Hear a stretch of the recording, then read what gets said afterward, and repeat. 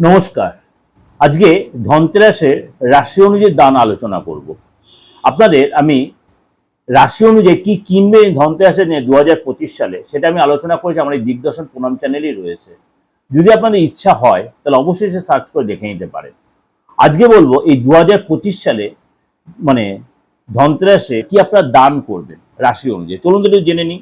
হচ্ছে ধনুরাশি।